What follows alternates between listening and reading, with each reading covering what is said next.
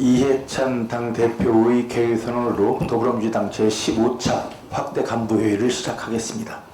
제15차 확대 간부회의를 시작하겠습니다.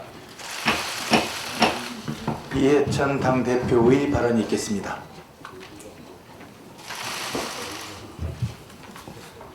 그동안 우여곡절 끝에 내일 6월 임시국회가 열리게 되었습니다. 국회 파행 77일 만에 열리는 임시국회입니다. 한국당을 제외한 여야 4당이 함께 6월 국회 집회 요구서를 제출을 했습니다. 민주당은 한국당의 반대로 멈춰 서 있는 국회를 더 이상 방치할 수가 없다고 판단했기에 우선 야 3당과 함께 국회를 소집을 했습니다. 추경이 56일째 표류하는 만큼 국무총리의 추경 시정연설 일정부터 잡으려고 했으나 어제 국회의장님과 원내대표 회동에서 합의를 이루지 못했습니다. 문희상 의장께서는 가능한 한 일정을 합의하되 안되면 24일에는 시정연설을 진행하겠다고 말씀을 하셨습니다.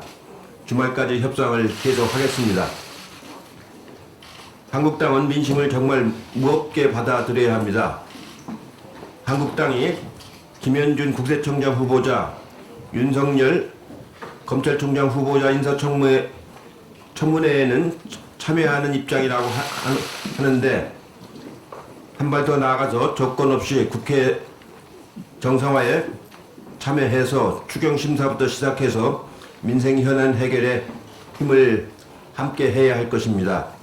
민주당은 우선 당장 열 수 있는 상임위와 특위를 신속하게 가동해서 추경과 민생 개혁 법안을 심사해 나가도록 하겠습니다.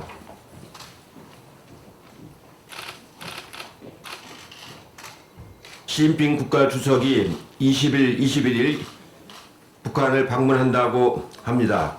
이번 회담은 김정은 위원장과 시진핑 주석의 5번째 회담입니다. 중국 당국은 이번 방북으로 한반도 문제의 정치적 해결 프로세스가 일단 진전을 보일 것이라는 기대를 밝혔습니다. 이는 한반도 비핵화와 대화의 중재 의지를 피력한 것으로 생각이 됩니다. 최근 문재인 대통령이 스톡홀름 제안을 발표하고 트럼프 대통령과 김정은 위원장 간의 친서 외교가 재개되고 북한이 이호 여사를 조문하는 등 비핵화 협상과 남북관계 새 국면이 열리고 있습니다. 1년의 흐름에서 각국 정상 간 변함없는 신뢰와 지속적인 대화 의지가 두드러집니다. 이번 북중 정상회담이 G20 미중 정상회담, 트럼프 대통령의 방안을 통해서 계속 발전해서 남북 정상회담, 북미 정상회담이 이루어지기를 기대를 하겠습니다. 이상입니다. 예, 다음 박주민 최고위원의 발언이 있겠습니다. 예, 윤석열 검찰총장 후보에 대한 인사 관련안이 국무회의를 통과함에 따라 조만간 인사청문회 요청서가 국회로 올 것으로 보입니다. 문재인 정부 2기 검찰총장의 첫 번째 과제는 바로 검경수사권 조정을 비롯한 사법개혁을 힘있게 추진하는 것일 것입니다. 국민의 눈높이에 맞춰 검찰 등 여러 제도들을 개혁해야 합니다. 두 번째 임무는 바로 원칙적이고 강단 있는 적폐수사를 진행하는 것입니다. 잘못 끼워진 단추는 바로 잡아야 새로운 옷이 제대로 입혀질 것입니다. 그런 의미에서 국민이 윤석열 후보에게 거는 기대가 매우 큰 것으로 알고 있습니다. 우리 당은 인사청문회에서 윤석열 후보가 이러한 임무의 적임자인지 제대로 검증할 것입니다. 민간합동 전기요금 누진제 TF가 여름철에만 누진 구간을 확대하여 일반 국민의 여름철 전기료 부담을 완화하는 방향으로 결정을 내렸습니다. 여름철 폭염기간이 남아 완화된 것은 다행인 결정입니다. 그러나 누진제를 대폭 완화하는 법안을 발의했었던 저로서는 매우 아쉽습니다. 월평균 전력 사용량이 증가한 현실을 고려할 때 1970년대에 만들어진 누진 체계를 약간만 조정해서 고수하는 것은 변화된 상황과 맞지 않아 보입니다. 물론 전기 사용량 절감하는 기술 개발과 노력도 병행해야 되지만 대기업에는 값싸게 전기를 제공해주고 서민들에게는 비싸게 전기료를 부과하는 이 체계에 대한 개편도 앞으로 진행돼야 할 것입니다. 며칠 전 KBS에서 종이신문의 열독률 그리고 구독률은 한 자릿수대로 하락했음에도 불구하고 종이신문의 발행 부수는 거의 그대로 유지되고 있는 것에 대한 의혹을 보도했습니다. 이 보도에서는 인쇄된 새 종이신문이 각 지역의 지국에 배달된 뒤 대부분 포장지도 뜯기지 않은 채 바로 폐지업체에 넘겨지는 충격적인 모습이 담겨 있었습니다. 각 신문사가 자신들의 발행 부수를 자신들의 공신력과 영향력의 지표로 선전하고 있고 기업들과 국민들은 그것을 사실로 받아들이고 있는 상황이어서 이러한 보도가 만약에 사실이라면 그동안 신문에 대해 국민이 가지고 있었던 신뢰가 흔들리는 심각한 상황이 아닐 수 없습니다. 이러한 일이 가능했던 이유로 이 보도에서는 신문의 발행 부수를 집계하여 발표하는 ABC 협회가 이해관계자인 신문사들의 회원 조직인 점 그리고 턱없이 부족한 인력을 가지고 신문 발행 부수를 정확하게 조사하기 어려운 점 등을 들었습니다. 이 점에 대한 개선이 사회적으로 논의될 필요가 있어 보이며 국회 차원에서의 노력도 필요해 보입니다. 그리고 조금 다른 얘기지만 이 보도에서는 몇몇 신문사가 지국들의 강제로 신문을 밀어내고 여기서 발생하는 손해를 지국에 부담시키는 행태도 다루어졌습니다. 이 역시 사실이라면 시정이 필요한 부분이라 생각됩니다. 관계당국은 이런 불공정 행위가 있는지 확인해 줄 것을 바랍니다. 이상입니다. 예, 다음은 박광원 최고위원의 발언이 있겠습니다. 네, 윤석열 검찰총장 후보자 지명은 권력기관을 국민의 품으로 돌려드리겠다는 문재인 대통령의 약속과 의지가 반영된 것으로 평가합니다. 권력의 검찰을 국민의 검찰로 돌려드리겠다 하는 것입니다. 자유한국당에서는 이를 윤석열 검찰총장 후보자 지명을 두고 공포사회를 만들겠다는 선언이라고 얘기했습니다. 허무맹랑한 공상 정치 소설입니다. 나아가서 내년 선거에서 야당 후보들을 주저앉혀버리겠다 하는 계획이다 이렇게 말했습니다. 허위 저작 정보 생산입니다. 정말로 그렇게 두려움이 많은 것인지 국민의 검찰이 되면 야당 의원들은 두려워해야 할 일이 많은 것인지 묻겠습니다. 특히 국민이 명령한 적폐청산 수사를 보복으로 매도하는 것은 나라다운 나라를 만들라는 국민의 명령을 정면으로 거역하는 것입니다. 과거 자신들이 살아온 틀 안에서 모든 것을 바라보려는 그런 방식을 버려야 합니다. 문재인 정부는 검찰 출신이 아닌 대학 교수를 민정수석에 앉혔고 권력을 가진 대통령이 오히려 공수처 설치를 지속적으로 추진해오고 있습니다. 세상이 국민 중심으로 빠르게 변화하고 있는데 여전히 그 흐름에서 벗어나 함께하지 못하는 자유한국당의 모습이 참으로 한스럽습니다. 동굴에서 빠져나오길 촉구합니다. 권력기관이 국민의 품으로 돌아가는 시대 변화를 인정하고 여기에 적응하기 바랍니다. 자유한국당 곽상도 의원이 지난 3일과 6일 방콕을 다녀왔다는 보도를 접했습니다. 대통령 가족을 뒷조사하고 왔다는 것이죠. 대통령 가족의 인권을 침해하는 뒷조사가 아니라 국회에서 민생입법을 통해 국민들의 어려움을 해소하는 일에 나서는 것이 국회의원의 본분일 것입니다.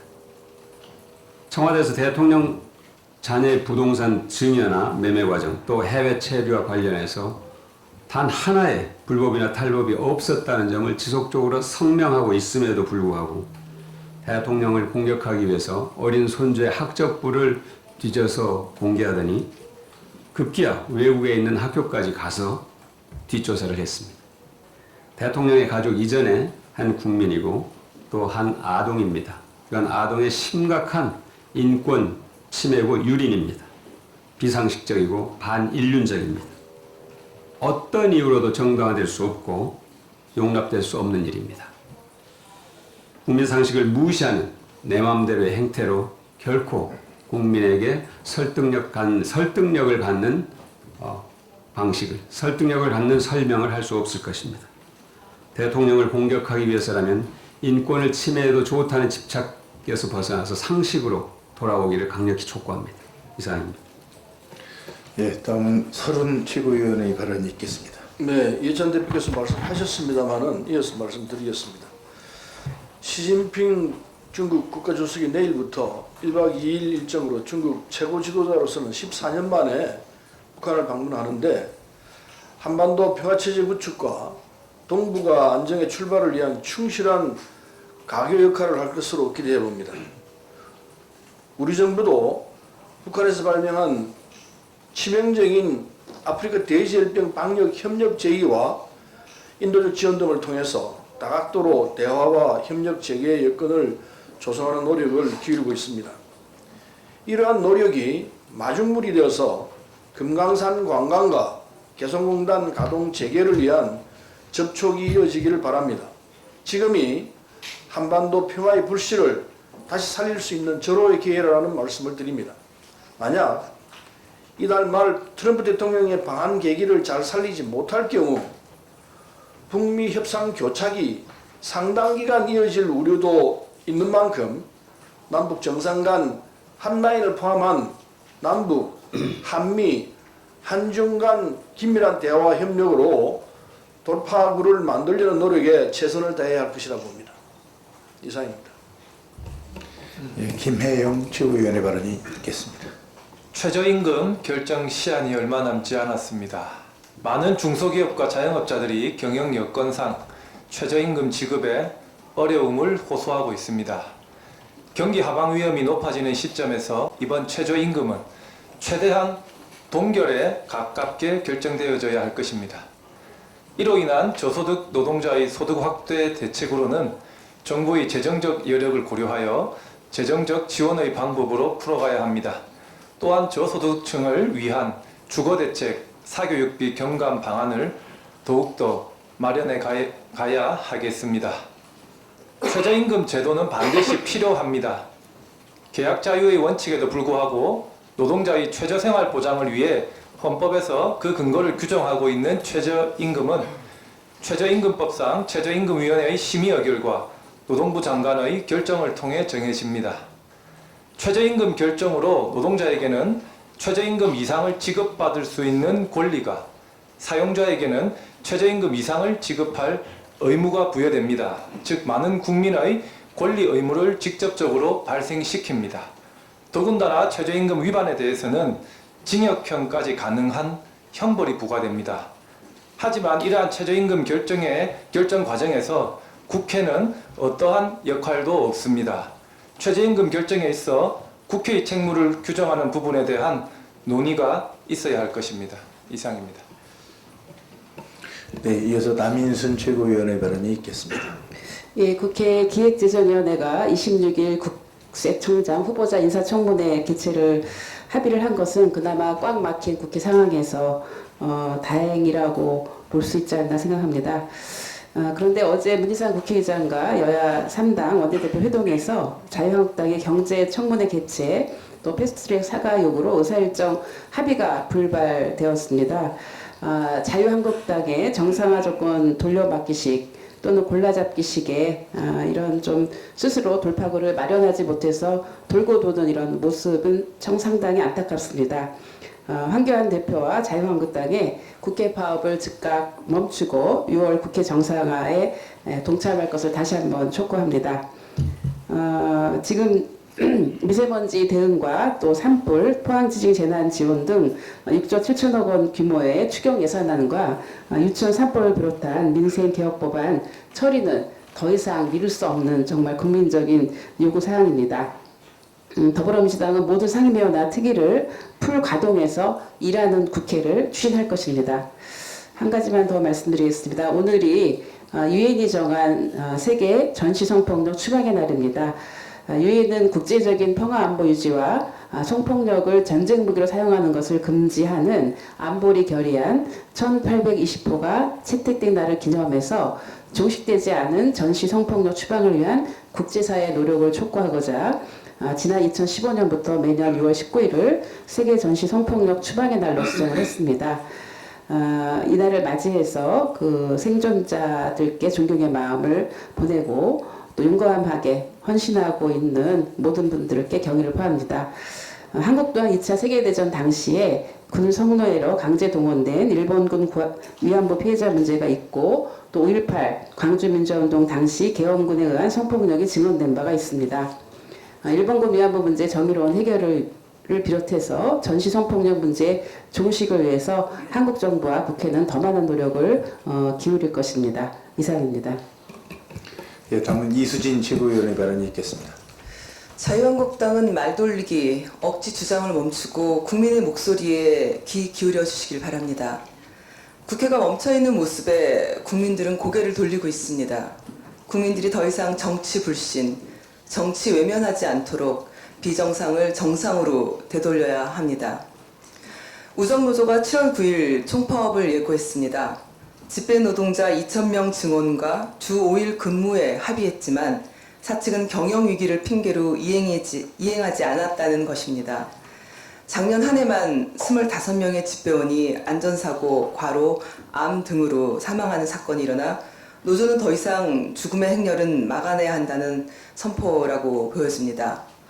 학교 비정규직 역시 총파업을 예고하고 나섰습니다. 100명의 노조 조합원은 정규직 대비 80% 임금과 공공부문 비정규직 정규직화를 요구하며 집단 삭발을 하기도 했습니다. 제마다 생계를 유지하는 사연이 다른 엄마들의 절규가 안타까울 따름입니다. 이 밖에도 파업을 예고하거나 진행 중인 곳이 여럿 있습니다. 우리는 파업이라고 하면 당장 서비스가 멈추게 되는 그런 불편함을 떠오르게 됩니다. 노동자는 최후의 수단으로 파업을 강행하는 것이겠죠. 어찌됐든 시민들이 파업으로 인한 불편함을 최소화시키는 것이 맞는 것입니다. 많은 어려움 속에서도 서로 협조하고 대화해서 최대한 방안을 마련하는 것이 가장 중요할 것 같습니다. 경제사회 전반에서 일어나는 갈등을 위해 노사정은 물론이고 우리 당도 국민의 여론을 귀담아 듣고 지혜롭게 풀어나가는 데 일조하도록 최대한 노력을 기울이겠습니다. 이상입니다.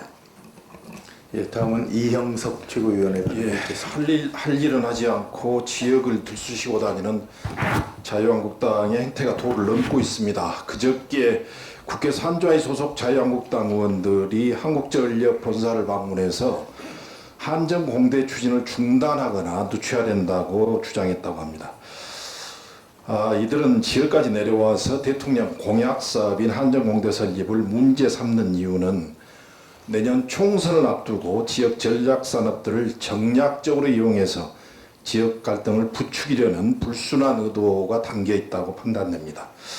자유한국당은 이런 한심한 작태를 당장 멈추고 입맛동원 카드나 만지작거리지 말고 조건 없이 국회에 등원해서 추경심의 등 민생 현안 처리에 적극 협조하시기를 다시 한번 촉구합니다. 간단히 한 말씀 더 올리겠습니다. 홍콩에서 지금 진행되고 있는 검은대행진 집회에 니물리안 행진곡이 울려 퍼졌다고 합니다. 이제 아시아에서 니물리안 행진곡은 민주주의의 상징곡으로 이렇게 자리매김하고 있는 것 같습니다. 국가보훈처에서는 더 이상 미루지 말고 5.18 지정곡으로 니물리안 행진곡이 지정될 수 있도록 조속히 법적 절차에 착수해 주시기 바랍니다. 이상입니다. 예, 다음은 전용기 전국 대학생위원장의 발언이 있겠습니다. 네. 정년 연장에 대한 각계각층의 목소리가 많이 나오고 있습니다. 정부와 당에서는 합리적인 방법을 강구하고자 TF도 구성하며 정년 연장 이슈에 신중을 기하고 있습니다. 자칫 청년 세대가 앞장서서 세대 갈등을 부추기는 것으로 비춰질까, 시대개혁의 의지가 없는 것으로 비춰질까, 합리적인 방법으로 진행될 것이라 믿고 지켜보았지만 일각에서 점차 노동개혁이 빠진 시대 변화에 대한 정년 연장만을 요구하는 것을 보았습니다. 시대가 변하고 있고 청년들이 앞으로 걱정해야 할 것은 자신의 일자리뿐만 아니라 부모님 세대의 일자리 문제도 걱정해야 할 그런 시대가 오고 있습니다. 인구 절벽과 노동 수요의 충족 문제로 정년 연장은 피할 수 없는 것이라는 것 또한 잘 알고 있습니다. 하지만 지금 대한민국의 노동 환경에서는 정년 연장은 시기상조입니다.